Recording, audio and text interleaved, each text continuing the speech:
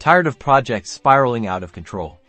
Let's tame the chaos and master task management in Asana. First, create a new task. Click the Add Task button, usually found at the top or bottom of your project list. Give your task a clear, concise name instead of stuff to do. Try finalize marketing brochure design. Next, assign the task to the right team member. Click the Assignee field and select the person responsible from the drop-down menu. This eliminates confusion and ensures accountability. Setting deadlines is crucial.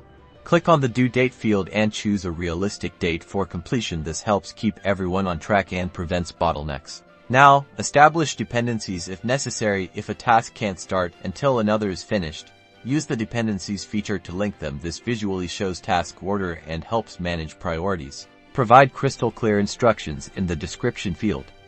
Outline the task's objective, required steps, and any relevant resources. The more detail, the better.